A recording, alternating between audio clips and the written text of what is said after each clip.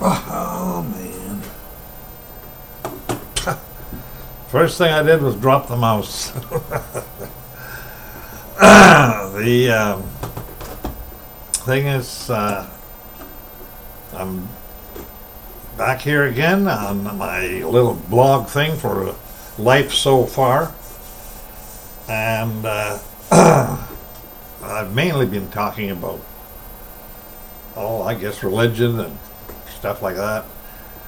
I was going to sort of bring an up-to-date little talk on what I did here the last while. I attended a service in Kelowna, June the 23rd, I believe it was, for Living Church of God. There was their chief evangelist or head evangelist or the leader of their church there, Gerald Weston, and a couple of other people. And it was a pretty good service, and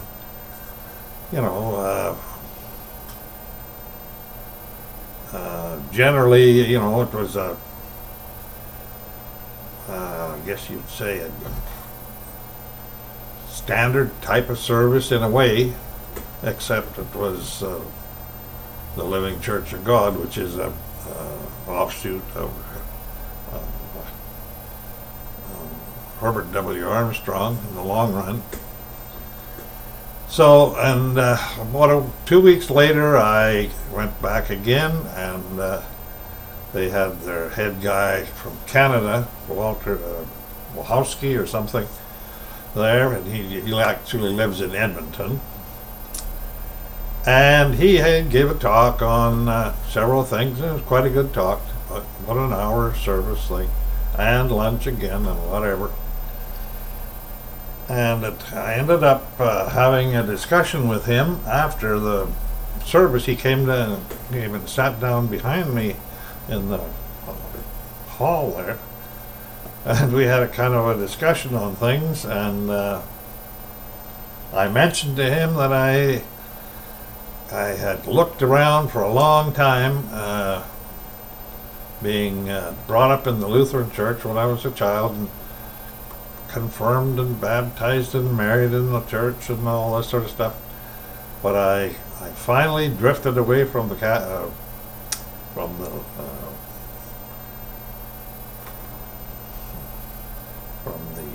Lutheran Church when I realized it was basically Catholic light, and I never did remember anything that was preached there or taught there. Nothing. It just seemed to be empty. I started listening to Herbert W. Armstrong in the late 1960s, 70s, driving around the truck in the oil fields. In the evening, I'd hear him on there, and he got my ear too. I was interested in how he presented things. Basically, one of the reasons I became convinced about the Living Church of God is that they well, for one thing, they don't have any churches at all. They just rent places, and they're basically an internet church, and a CD. Everything's on CDs and internet. And except they do have pastors in every province and a big city town, whatever. And so they're basically sort of a mainline church, but they're not large. But the thing is, they brought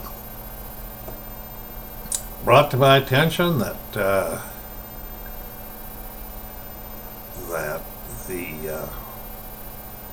idea of, first of all, was the churches, main churches and Catholics all teach, that people, when they die, they go to heaven or to hell and all this sort of stuff.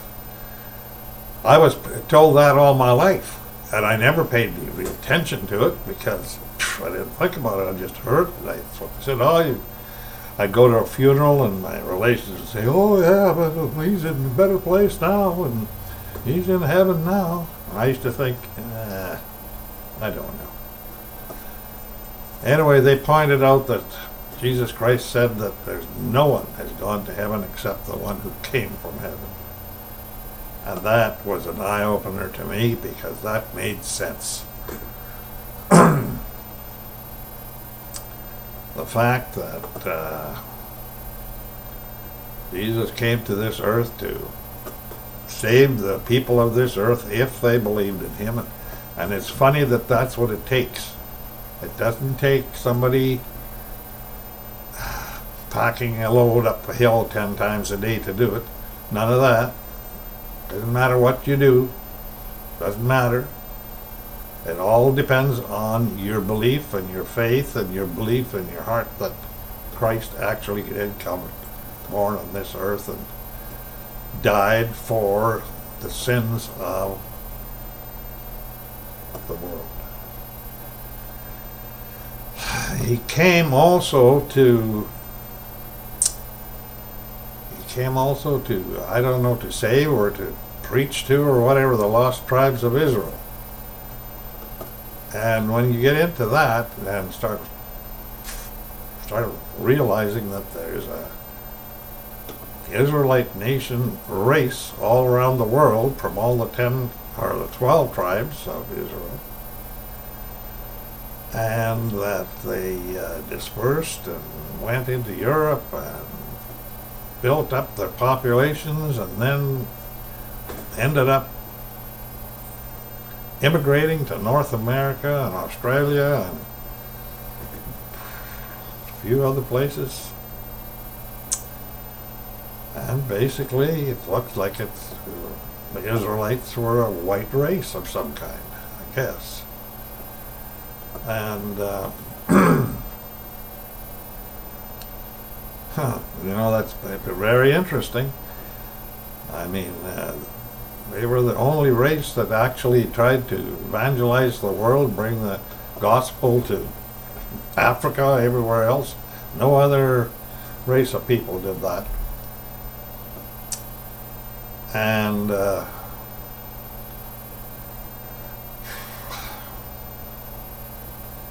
it does make it so much more reasonable when I realize that Jesus said that when you die, you go to sleep with your fathers until you're called, if you're called. And if you believe in Jesus and you believe he died for your sins and came here and did that and believed the gospel, that's what the gospel is, then you should be called. I arranged to get baptized there a few months ago, which was not quite a thing. Well, it came about. I'd been supposed to have been baptized when I was a baby, but that was just the Lutheran sprinkling, Catholic sprinkling, or whatever you call it. I didn't consider that to be a real baptism. And not that baptism is a thing that makes a big difference, but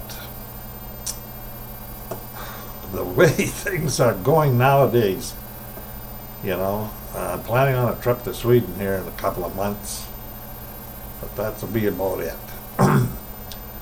The conditions you see all around you, and it's really rampant in the United States, how determined they are to destroy themselves, practically. No matter what happens or how good they got it, they just complain bitterly, fight and complain. And people are murdering their babies as every day, just more and more. Every kind of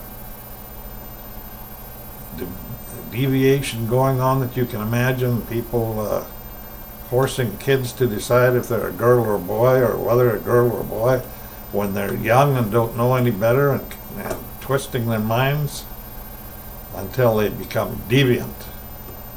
And it seems like it's just the devil or whatever doing this in people. And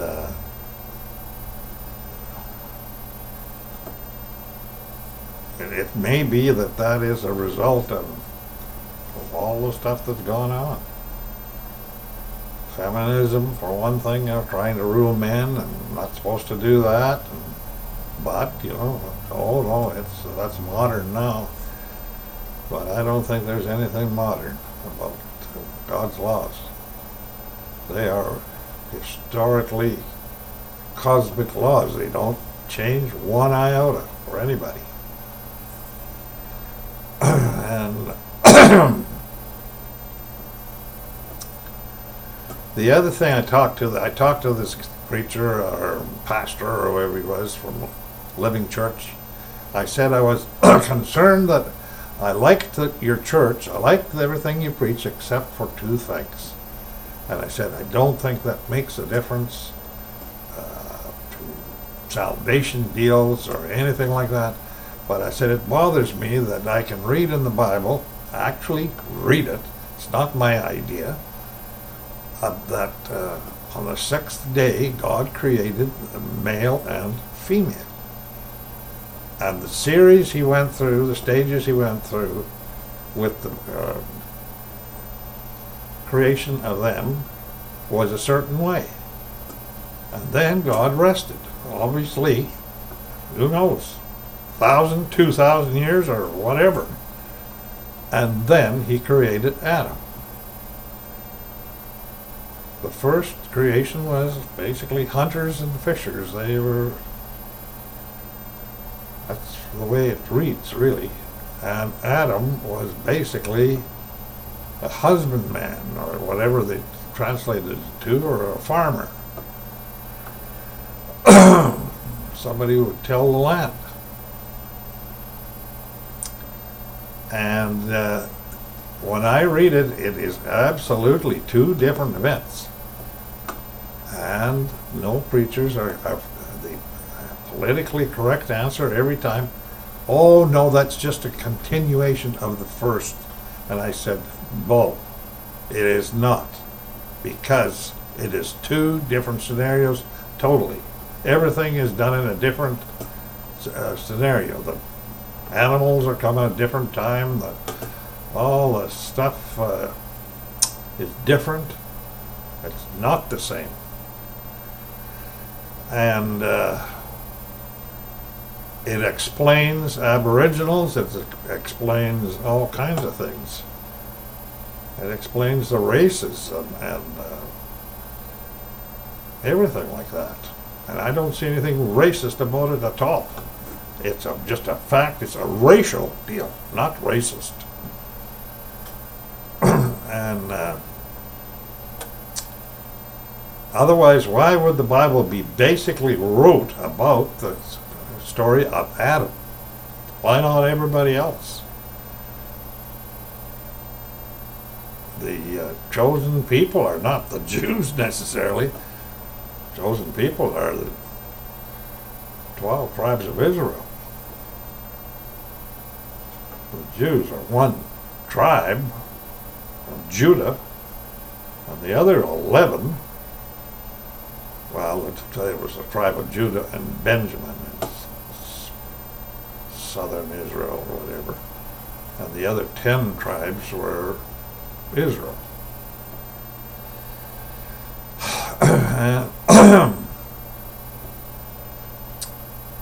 I believe that the Jews in Israel are just called Jews. They're of every nation and stripe you can think of.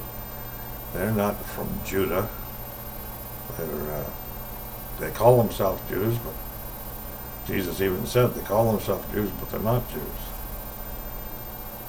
Yeah, and it really is quite a thing when you get to a point in your life where that whole question of Jesus Christ is settled. And you don't have to wonder or think about it or contemplate it or whatever anymore. You know perfectly well that it's true that he is Jesus Christ and that you are not to be ashamed of him, and you're supposed to let him know what you think, quite often. In fact, you're supposed to ask for his kingdom to come. It says, pray your kingdom to come. Your kingdom come. We're supposed to do that. I don't know how often we do that, but the other thing, of course, is the flood.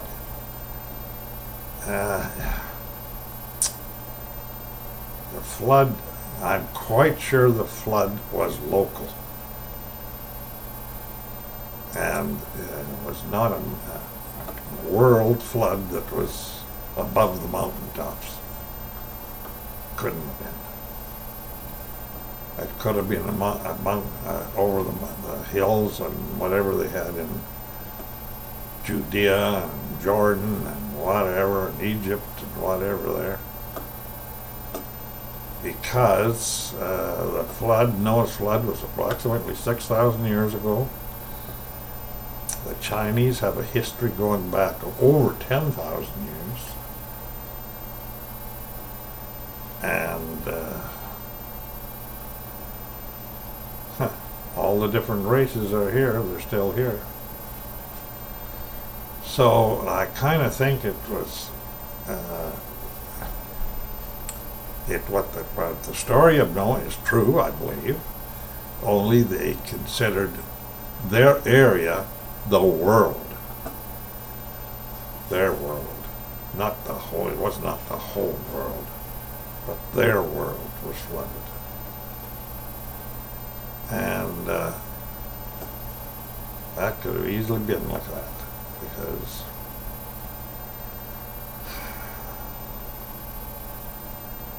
it's a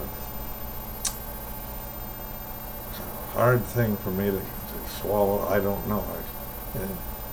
I believe in a flood. There's a flood, but I don't think it was worldwide. And if it did kill everyone in that area, wipe them out. Then there's also the theory of the sin of Adam.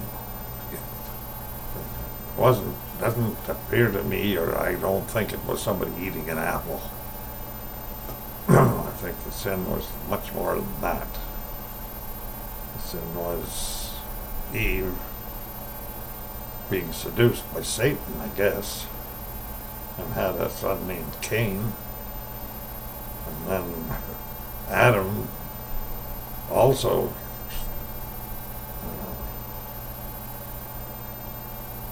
had intercourse with her or whatever, so she had another son, Abel. And they were both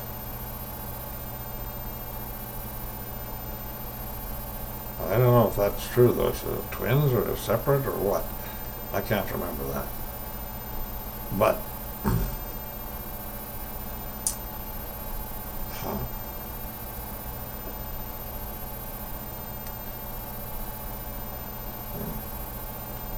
that's a hard one to figure out.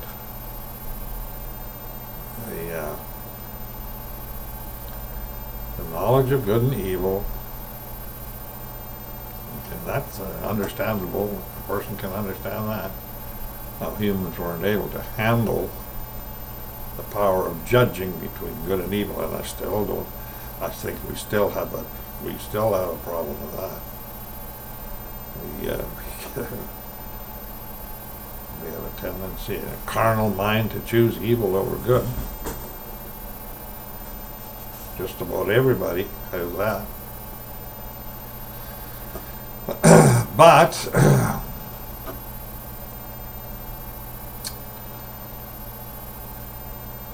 it's interesting to see how things are going in the world. Not that it's going to go as fast as everyone thinks, and yet it could. it could actually just start changing so fast. And the way it's going, there's not much left that people can do to spit in God's eye. They have done just about everything that you possibly can do. Continuous lies. Just nothing but lies. And knowing that they can do a big lie and people are gullible enough to believe it, because that's the nature of human nature. Usually people want to believe the worst about anyone. Not the good, always the worst. And so, when you read Revelation, I guess it's 20 or something like that, about the city of God that will come to this earth, and realize what is going on with that. I mean, you talk about big projects and big things. I mean, I've been involved in construction and stuff like that for most of my life, I guess. Different ways. But when you consider something about 1,500 miles square and 1,500 miles high, I mean, you can't fathom that. And from what I understand from scientists and whatever, they say that there would have to be no gravity on Earth for that kind of a building to be able to stand. Because if it had the gravity that it has now, it would pull itself down.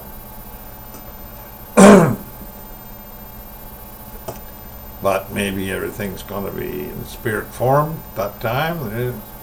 There's no humans of any kind. They'll all be spirit form, and most likely gravity would not come into play, really. And it gets me that of all the universe, the whole universe, the whole universe, I've read someplace where it says that actually the Earth is in a very favored position to view the universe. That its actual position gives it that window. But to think that the God of the universe, who is capable of making universes and all the things, whatever, would choose this planet and people that he created to make it his home.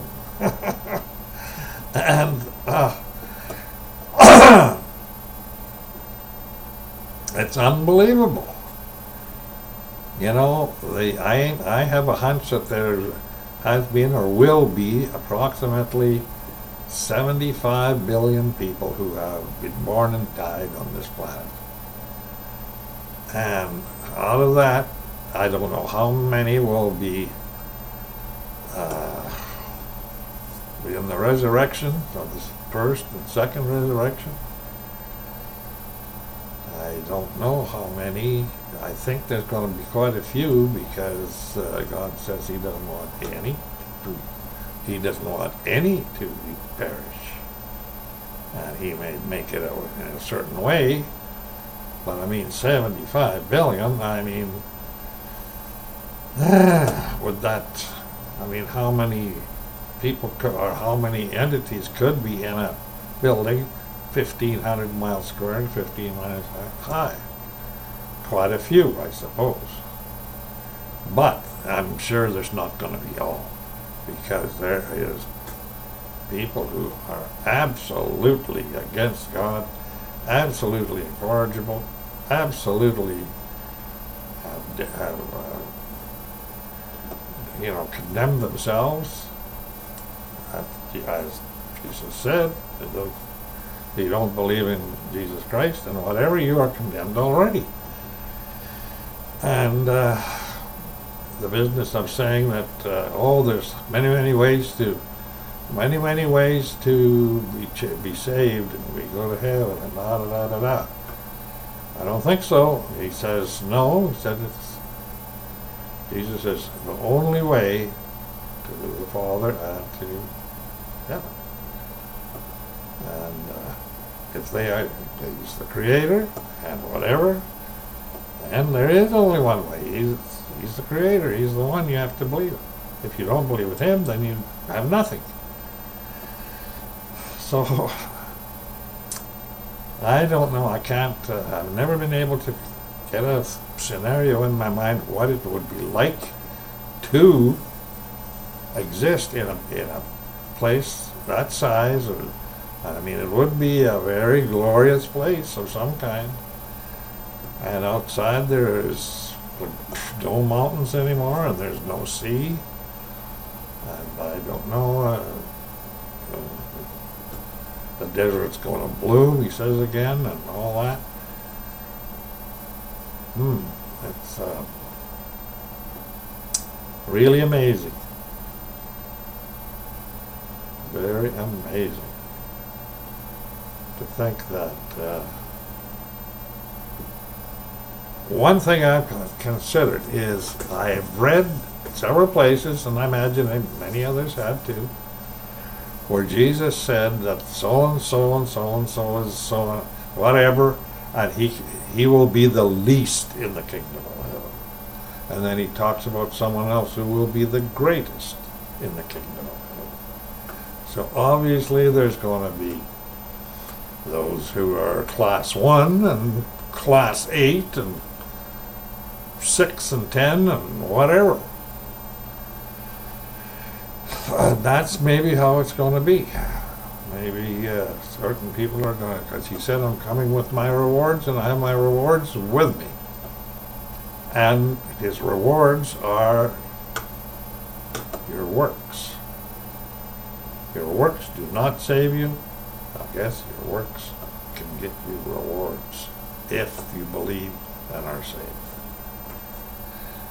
So, what these rewards are, I don't know.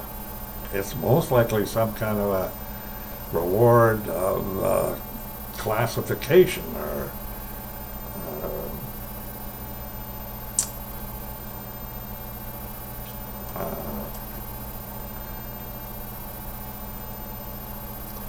what would it be? Generals, lieutenants, and or whatever. You're a higher or lower caste, or you're in charge of this and you're in charge of that, or others are lesser in charge, but they are all the same in one way. There is no male or female because the womb is not required anymore. So everyone will be in the form of a young male angel type. That's what they understand they will look like. And yeah, there won't be male or female there because that would just be a situation that cause chaos. And there can be no chaos in God's kingdom. None.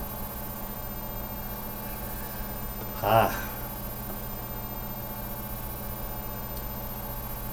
watch the goings on in the United States, and it is, I've never paid attention like that before in my life.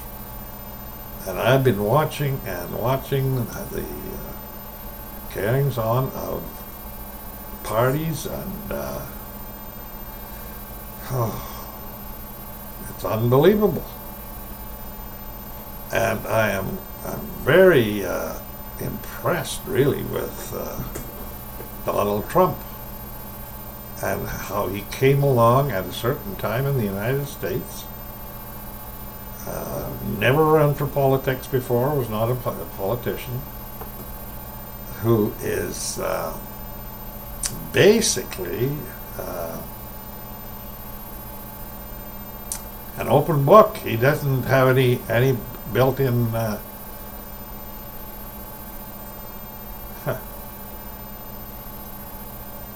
in other words, he says what's on his mind without any pretense, and that just throws the rest of them all to pieces because they can't stand that. Because the politicians have to have a motives to everything they say and basically lie about it. And I mean, he gets into trouble over it, but he also is very refreshing to a lot of people, and I can see that when I watch his rallies, I have never seen anything like that.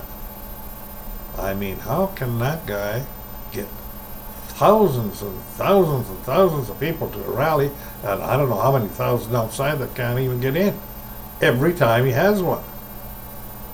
And you know, that's a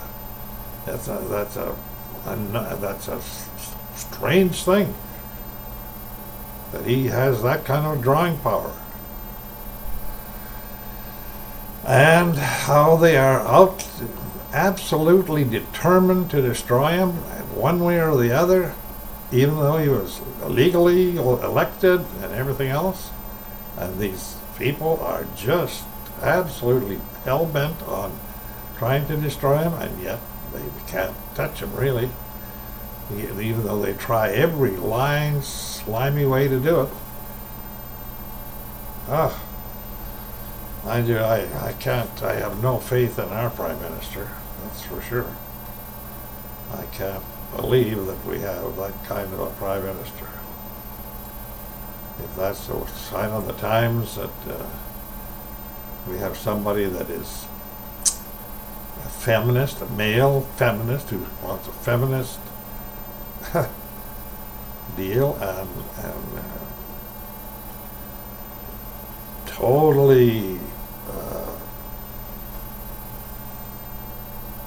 he believes more in pagan stuff than anything else. He's absolutely the wrong person. Except I guess maybe that's what we deserve. But he's definitely the wrong person. I don't know. I hope people wake up and get rid of him next time for sure. Mind you, well, he's bad. I've never seen anything as bad as that in all my life. 84 years, I've never seen anything like that. Mind you, I can't be surprised because that's the way things are going, and I got to realize that that's part of the plan, and there's nothing I can do about it, or anyone else. It can upset me to no end, but I can't do anything about it. It's much better if I understand that it's part of the plan and observe it and realize that God's at work, and that's what he's going to do. He's going to let things, people are going to get their just rewards, because everything that people do are basically the same things that Satan would do, because people are carnal and they would rather do things like that than God's way. And they're getting more and more like that all the time.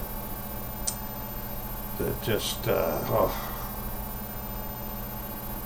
And I notice people, the more money people have, the more unbelieving they are. Yeah, it's just no end. 33 minutes. It's enough. Thank you very much.